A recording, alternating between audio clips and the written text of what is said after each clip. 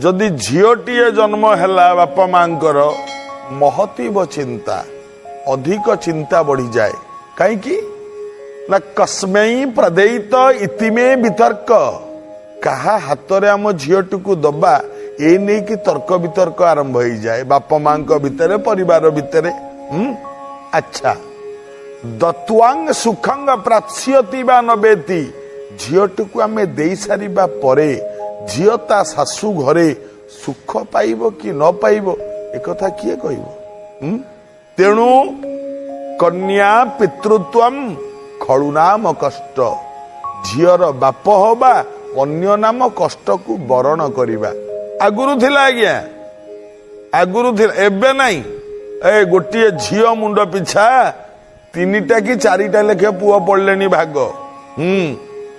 आउ नाई आज्ञा झी आणिकी झी कन्या सुना आगुरु जमी किना होता सेमती सब किना हम आ कौन अच्छी उपाय वर्तमान पुओ माने बाही पारुना झी बाप जो माने गोड़ पर गोड़ पकई अचिंतार बस हाँ पुणी से पुराणा जुग को आसव देखु आपण माने लोक माने कौन कले गर्भरे झी अच्छी माने नष्ट करदेले सबू नष्ट हो गला झी किंतु बुझिलेनी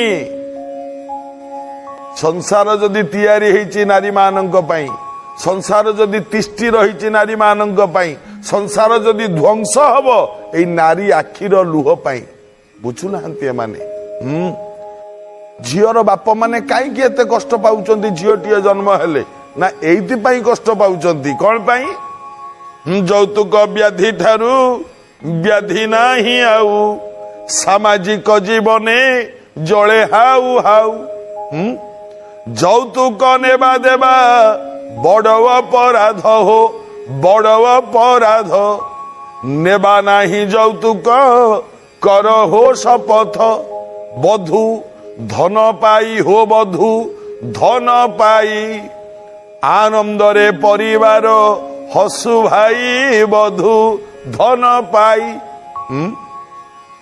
बहु रूपक धनटी घर को आसु आउ कौन सी धन आवश्यकता नहीं आज्ञा सत्य किंतु झीर बापा माँ वास्तव में खुशी हवा दरकार एणिकी सत कथा एटा किंतु जेतबेले जार आमर झीटी हो जाउची ना आमे सब मुह को टिके सुकई दउछन मु देखि आज्ञा बापा माँ माने जदि गर्भवती स्त्री टी कष्ट पाउथबो कष्ट पाइला बेले भगवान को मने मने डाकुथबो ठाकुर मोर पुओटी हो निश्चय निश्चय आ जो झीटी हो गला ना से माटी आगे मुह सुकई दब झीटी हला अरे हे केते जन्म तपस्या कले बाप मां प्रथम संतान कन्या होता है मन रखिबा आज्ञा जो बाप मां प्रथम संतानटा झील होता है ना से बाप माँ बहुत सुखी बाप माँ हाँ आउ से बाप मां सुखर दिन बढ़ी बढ़ी जाई थाए सत कथा आज्ञा गो कन्या भूमि परा भाग्य प्राप्ति सत कथा मानिबा दरकार कहीं मुझे कथा कहली श्लोकटी आरंभ होइछि पुत्री जाता महतीव चिंता कस्मै प्रदेयित इति में वितर्क किंतु बापा माने आमे तर्क करिबानी जुक्ति करिबानी लोक माने किछि लोक कहिबे हाँ झीटे हेले मन बुझेइबा कथा नाई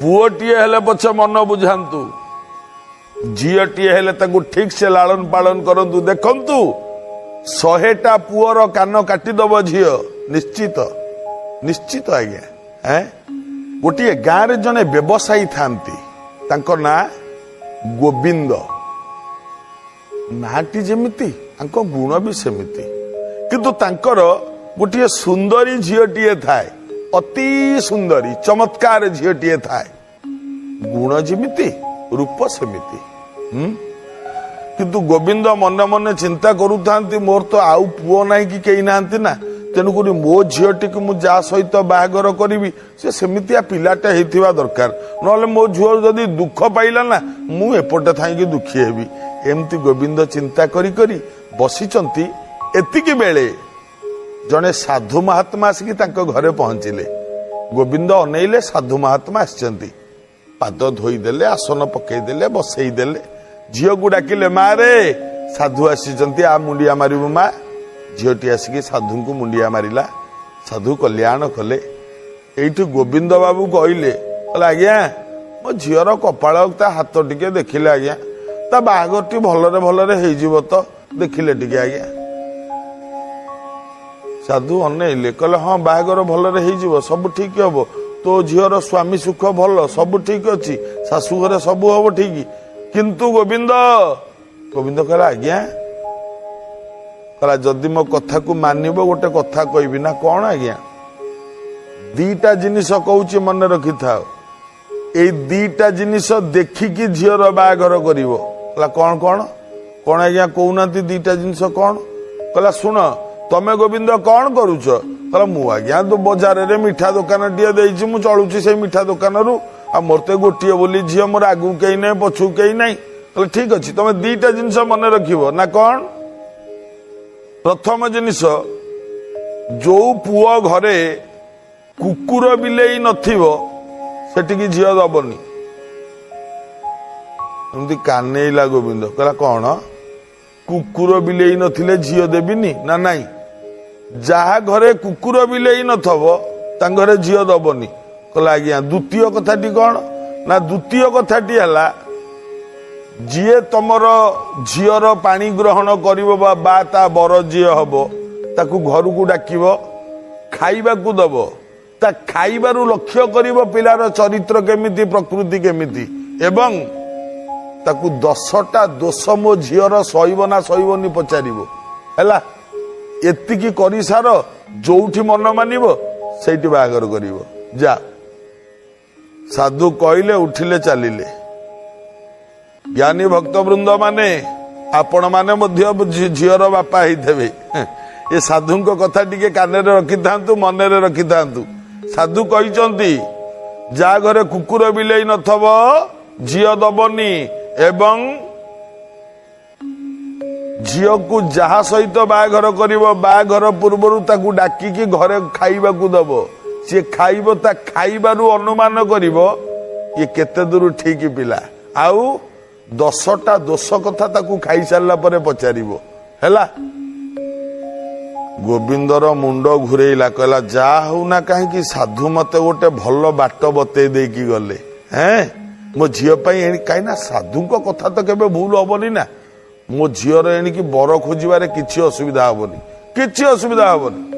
ବର ଖୋଜିବା ବେଳକୁ ମୁଁ ଆଗ ଦେଖିଦେବି ନା 1 ନମ୍ବର କଥାଟା ସାଧୁଙ୍କର, ଦ୍ୱିତୀୟ କଥା ତ ବରକୁ ଡାକିବା ଘରକୁ, ଆଉ କଣ ଏଇ ତ କଥା। କିନ୍ତୁ ଆଜ୍ଞା ସତ କଥା କଣ ଜାଣିଛନ୍ତି?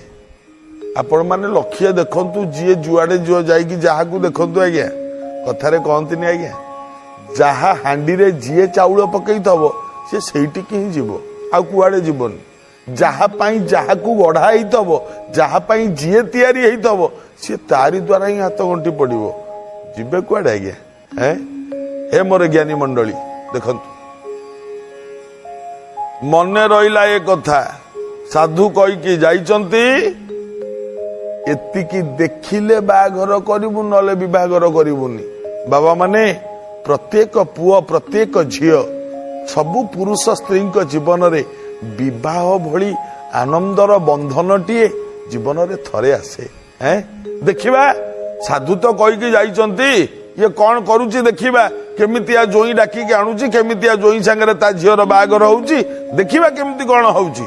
ପ୍ରିୟ ଭକ୍ତ ବନ୍ଧୁ ମାନେ, ସୁନ୍ଦରୀ ଏ ଝିଅର ସୁନ୍ଦରୀ ପଣରେ ମୁଗ୍ଧ ହୋଇ, ତା ଗୁଣରେ ମୁଗ୍ଧ ହୋଇ ଅନେକ ପିଲାମାନେ ପ୍ରସ୍ତାବ ଦେଲେ ବିବାହ କରିବା ପାଇଁ।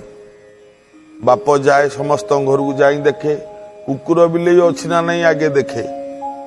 କଣ ପାଇଁ ସାଧୁ କହିଛନ୍ତି ମୁଁ ଏକଥା କହିପାରିବିନି, କିନ୍ତୁ କୁକୁର ବିଲେଇ ଅଛି ନା ନାହିଁ ଦେଖେ। ଯାହା ଘରେ କୁକୁର ବିଲେଇ ନଥିବ ସେଠୁ ଚୁପ୍ କି ଫେରିକି ପଳେଇ ଆସିବ। ଯାହା ଘରେ କୁକୁର ବିଲେଇ ଥବ ତାଙ୍କୁ ଡାକିବ, ଯିବ ମୋ ଘରକୁ ଖାଇବାକୁ। ସିଏ ଜୋଇଁ ଝିଅ ହବ, ଖାଇବାକୁ ଯିବ। ସିଏ ଯେତେବେଳେ ଖାଇବାକୁ ବସେ, ଏମାନେ ବାଡିକି ଦିଅନ୍ତି, ଜୋଇଁକି ଯେମିତି ଦିଅନ୍ତି ସେମିତି ଚର୍ଚ୍ଚା କରନ୍ତି। ଏମାନେ ସବୁ ଖାଆନ୍ତି, ପିଅନ୍ତି। ଖାଇସାରିଲା ବେଳକୁ ଆକୁ ପଚାରେ, ମୋ ଝିଅର 10ଟା ଦୋଷ ତମେ କ୍ଷମା କରିବ ତ? ସମସ୍ତେ କହନ୍ତି ହଁ ଆମେ କ୍ଷମା କରିଦବୁ, ଏମିତି କହନ୍ତି। किंतु मन मानेनी बापर। समस्ते फेरिले। समस्ते फेरिबा परे झियो ता बापर गोटे पिला दिनर सांग ता ना हूँ राधाकृष्ण। ये पचारिला दिने कहला भाई अरे झीटी तोर एड बड़ है बागर सागर कलुनी ना करनु? नाई भाई मत तो साधु गोटे भल कथा कहीदे जाइए मु तो खोजुची मु कौन एपर्यंत पाइली जे झील बागर करी। कहला अरे कौन खोजुचु ना साधु मत कहते जा घरे कुकुर बिले नथबो सेठी झील दबुनी।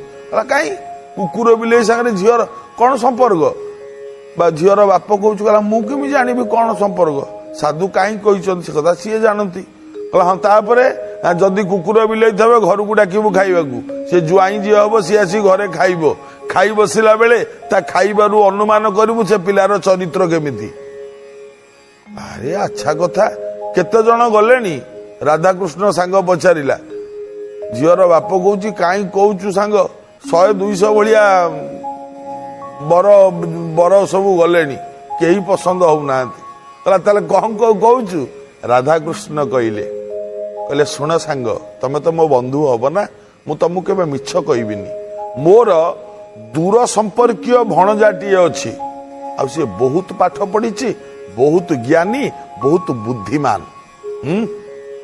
जदि कहब मु ताकू डकेबी ता ना रमेश जदि कहब मु ताकू डकेबी।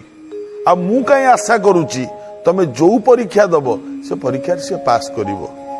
झीर बाप कहला सेमती केमती हम मु आग जाई तांको घरे देखिकी आसे। हाँ तुम जा तांको घरे जाई बुलिकी आस देखिकी आस तापर जदि कहब मु रमेश को तुम घर को पठेबी जा।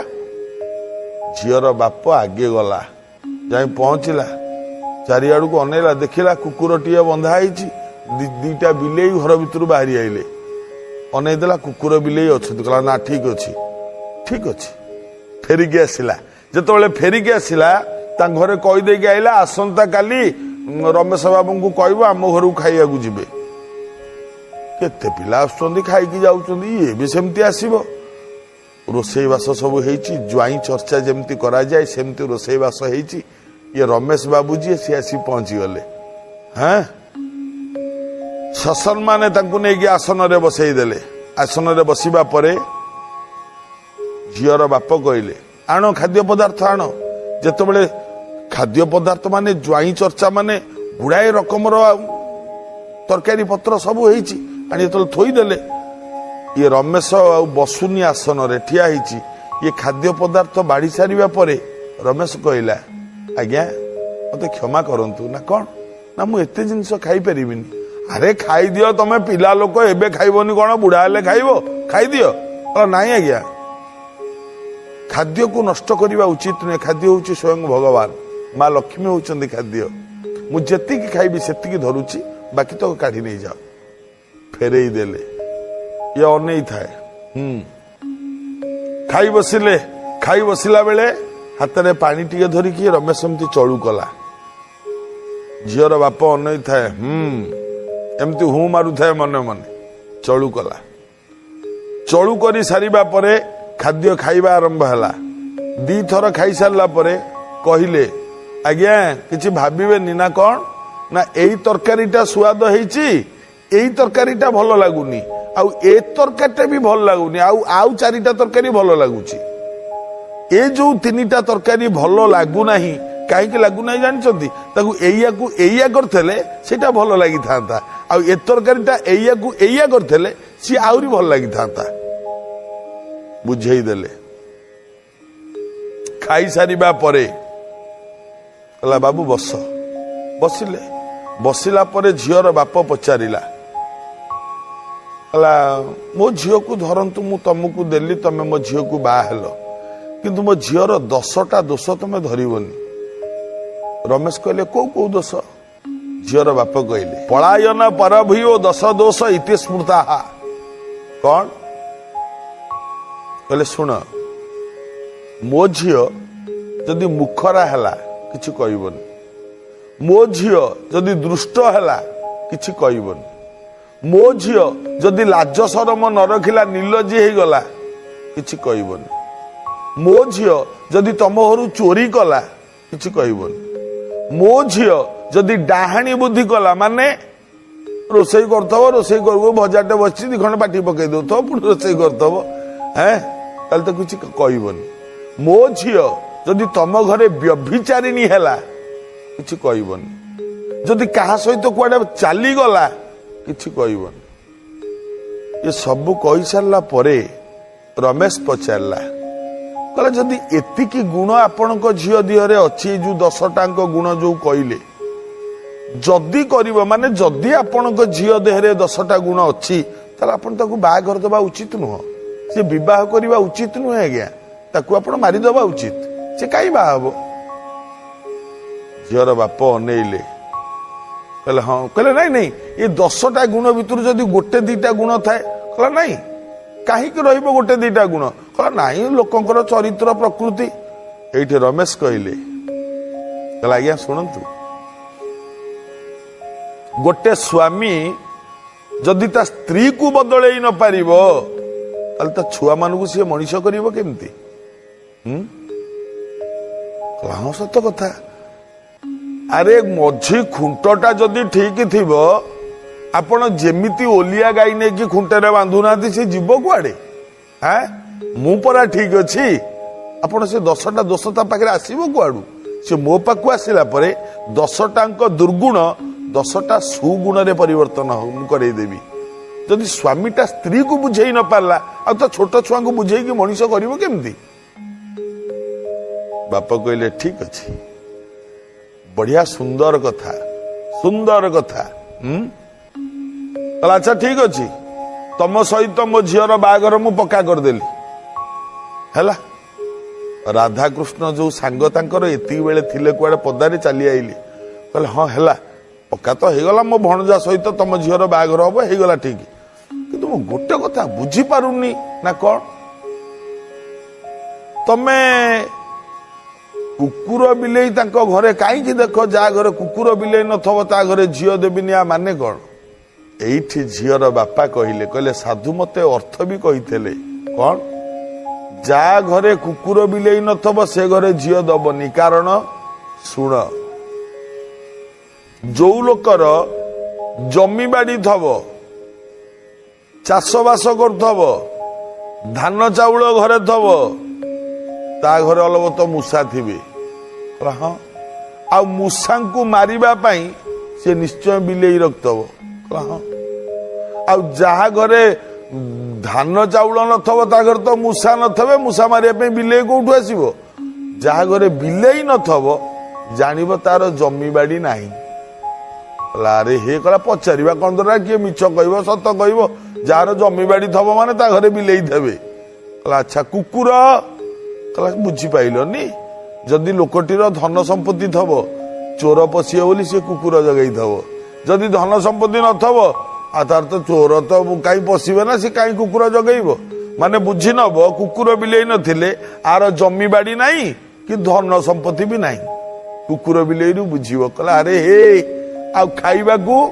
कहला सुन जेते पिला आसंती खाइबा को समस्ते बसी गले आमे बाड़ी देलु सुस्वादु जिनिस होइछि समस्ते पेटे पेटे खाई दियंती, किंतु आमे देखलु ये प्रथम पिला जे कि कहले मु एते खाइबिनी काढी नै जाओ मु नष्ट करिबिनी।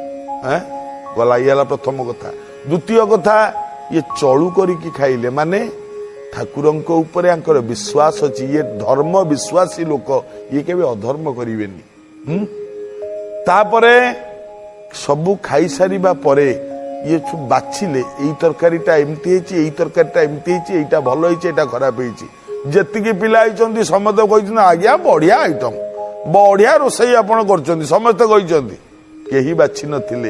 ये बाछिले माने ये स्पष्टवादी, ये सबले सत्य कथा ही कहिथांती, ये गोटे गुण। अच्छा तापर कहले एई तरकारीटा एमिति गले हबो, एई तरकारीटा एमिति गले हबो, तार माने रोसई बाबदरे आंकर भल ज्ञान मध्य अच्छी रोसई बास केमती करने को हुए। ता द्वारा मु जो मिठा दुकान टी देनी मो अंते से मिठा दुकान टा किए चलेब कि मो जो ही चलेब ना, तेणुक सबुआड़ू भावी चिंती कि मुझे पिला को ठीक कली। राधाकृष्ण कहले केते बुद्धि तमर, गोटे झील बाहागर कर तुम तो गोटे पुराण कर सारे ना, शेष है ना।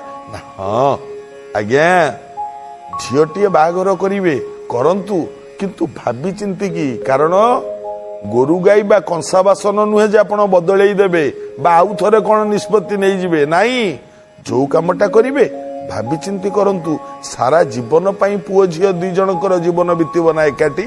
ତେଣୁ ଠିକ ଭାବରେ ତର୍ଜମା କରି ବୁଝି ବିଚାରି ଝିଅ ବାହାଘର କିମ୍ବା ପୁଅ ବାହାଘର ବୁଝି ବିଚାରିକି କରନ୍ତୁ, ଯେମିତି ପଛରେ ପସ୍ତେଇବାକୁ ନ ପଡେ।